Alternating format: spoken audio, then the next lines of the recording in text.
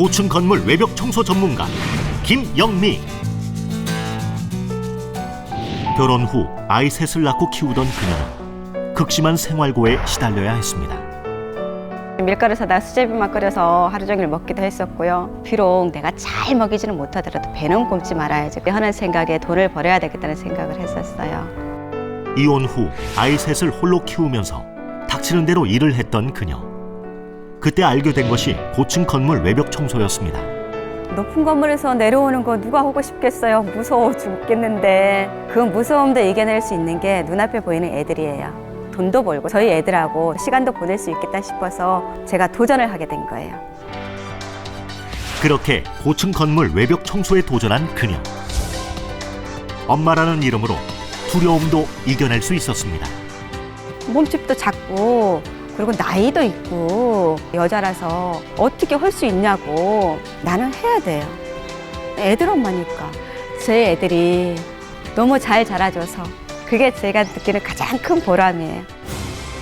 밧줄에 희망을 걸다. 강한 엄마 김영미 씨를 소개합니다.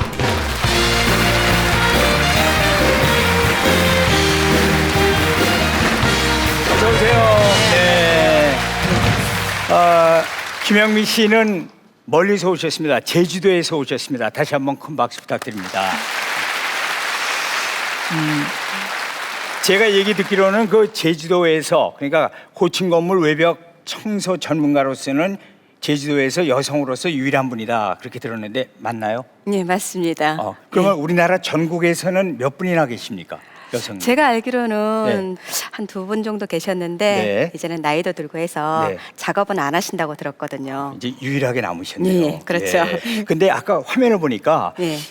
저는 조금만 이렇게 높은 데서 내려다, 저뿐만이 아니라 고소공포증들이 참 많이들 계신데 네. 안 무서우세요? 내려다 보면? 왜 안 무서워요? 무섭죠. 그거 어떻게 그런데 근데 네. 저는 꼭 밧줄을 타야 되는 이유가 있었고요. 예. 해야만 했었어요. 이유가 있었다. 네. 오늘 그래서 그 강연 주제가 희망의 밧줄인데 바로 무슨 연관이 있겠네요. 그렇죠. 자, 좋습니다. 그럼 지금부터 얘기를 시작하겠습니다.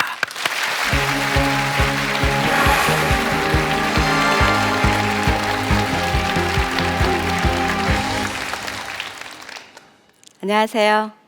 저는 제주도에서 밧줄 타는 아줌마 김영미입니다. 저는 고층 건물 청소 전문가입니다. 아마 지나다니시면서 가끔 보셨을 거예요. 건물 외벽에서 밧줄 하나에 대롱대롱 매달려서 청소하는 모습을요. 보면 마냥 위험해 보이기도 하고요. 마냥 신기해 보이기도 하죠. 그런 일을 이렇게 정말 키도 작고 체구도 작은 여자인 제가 왜 하는지 궁금하실 거예요. 지금부터 제가 밧줄 한 줄에 매달려 일을 하는 이유에 대해 말씀드리겠습니다.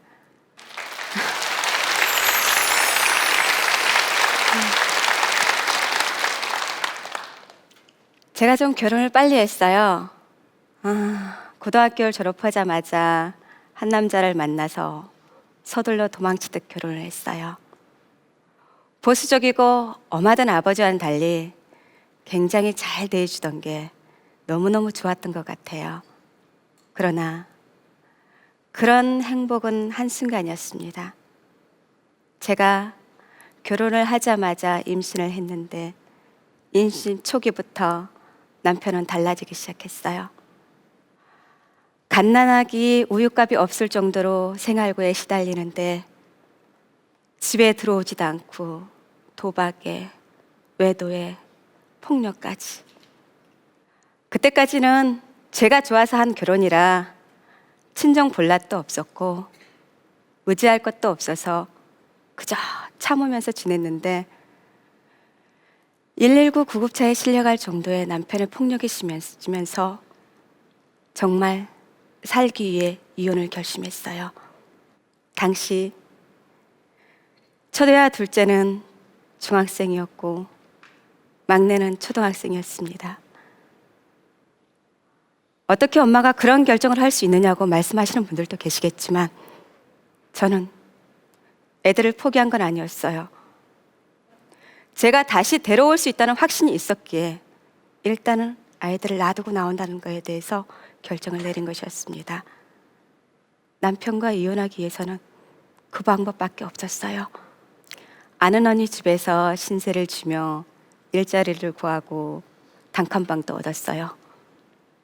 낮에는 갓난아기 돌보는 일을 하고 밤에는 대리운전을 시작했어요. 그렇게 몇 개월이 지난 후 우연히 큰애를 만났어요. 엄마에 대한 원망 때문인지 아들은 웃지도 않고 멀뚱히 저만 쳐다보는 거예요. 요즘도 아빠가 때리니 불었어요. 그렇다고 대답하는 아들을 보니 너무너무 가슴이 아팠어요. 아들이 엄마는 어디 사냐고 묻길래 이야기를 해줬어요. 그랬더니 며칠 뒤 큰애가 제가 사는 집으로 찾아왔어요. 그날도 아빠한테 맞은 거였어요. 그 뒤 얼마 지나지 않아서 둘째와 막내도 제가 상하는 단칸방으로 찾아왔어요. 사랑하는 아이들과 모여 사니 정말 좋았지만 이번엔 먹고 사는 걱정이 시작됐어요. 학비며 생활비며 집세며. 그래서 하루 종일 일에 매달렸어요. 아침 8시에 일어나서 밤 8시까지 갓난아기와 노모 돌보는 일을 하고 30분 잠깐 쉬고 8시 반부터 새벽 5시까지 대리운전을 하고 2-3시간 자고 다시 나가는 그런 생활을 반복했어요. 당연히 집안도 돌보지 못했죠. 애들 밥을 챙기기는커녕 얼굴도 제대로 보기 힘들었어요. 대신 집에 간식거리, 빵, 우유 그런 것들은 잔뜩 쟁여뒀었어요. 배가 고프면 스스로 챙겨 먹을 수 있게.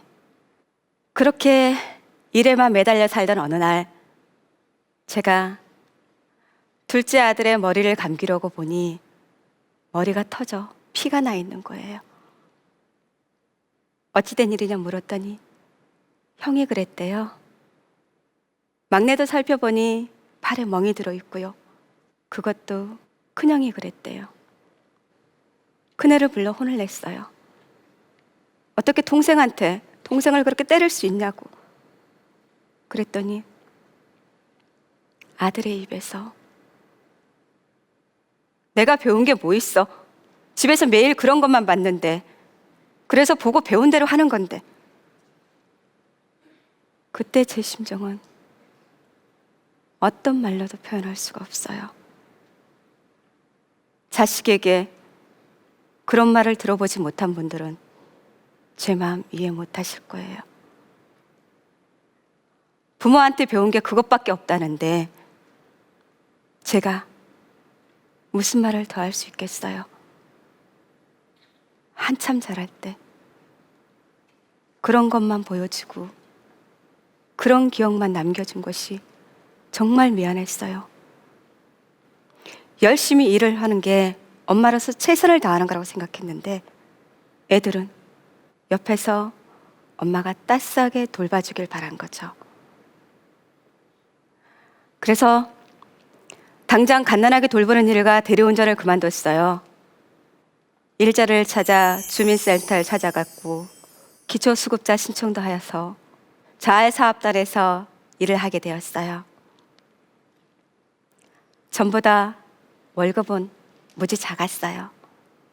그렇지만 낮에는 일을 하고 밤에는 저희 애들 저녁을 준비하고 함께 밥을 먹고 TV를 보면서 시간을 같이 보내고 너무너무 좋았어요.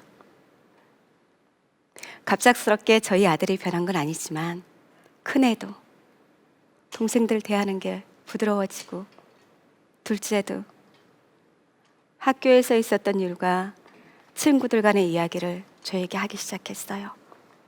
그렇게 저희 가족들은 조금씩 달라지면서 서로를 껴안아주기 시작했습니다. 자활사업단에서 일을 시작한 지 2년 뒤인 2008년 청소 전문 자활기업으로 일자를 옮겼어요. 주로 건물 청소를 하는데 내부 청소만 하는 거예요. 외부는 할 수가 없었어요. 가만 보니 외부는 전문가가 옥상에서 밧줄을 타고 내려와 청소를 하는 거예요. 그래서 옆에 동료한테 일당을 물어봤어요.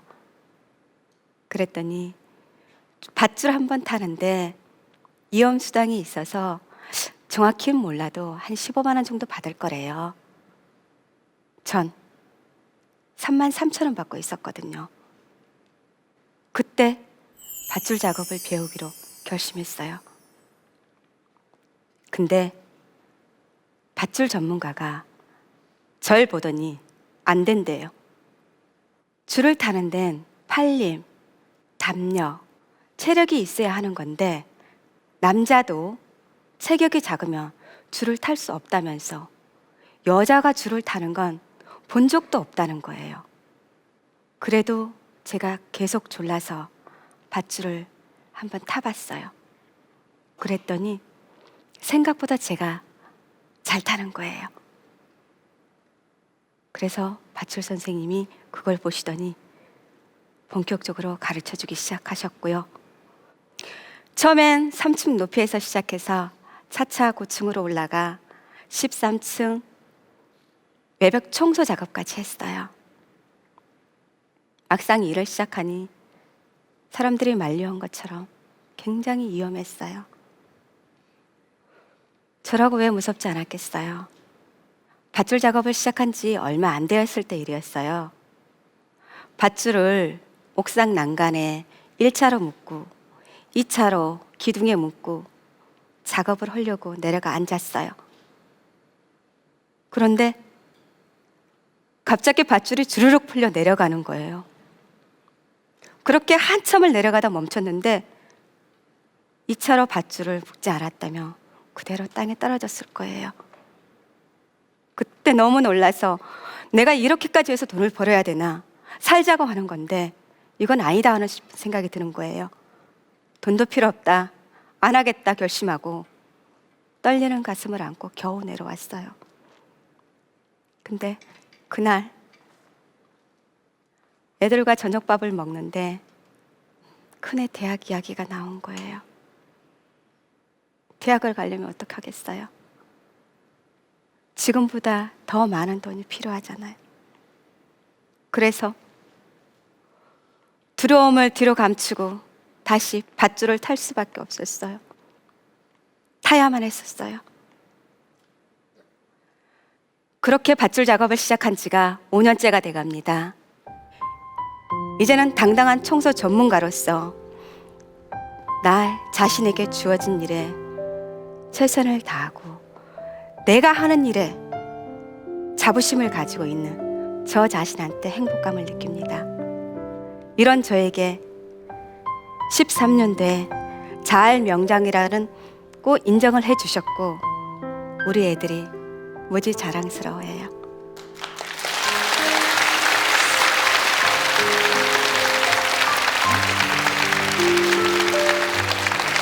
그래서 제가 아직까지도 계속 밧줄을 타고 있는 그런 이유입니다. 사실은 제가 이런 이야기는 어디에서도 해보진 않았어요. 창피한 건 아닌데, 그래서 오늘 이 자리도 많이 망설였습니다. 그럼에도 불구하고 제가 이 자리에 나온 이유는 저희 세 아들들에게 이야기해주고 싶었어요. 제가 밧줄 타는 모습을 보고 저희 애들이 걱정을 좀 많이 해요. 하지만 그 밧줄 하나가 우리 네 식구를 함께 살 수 있게 하였고, 이제는 당당한 청소 전문가가 되어 있는 제 자신에게 행복감을 느낀다고 말입니다. 엄마는 이 밧줄이 전래 동화에 나오는 동화줄처럼 하늘에서 내려온 희망의 밧줄이라고 말해주고 싶었습니다.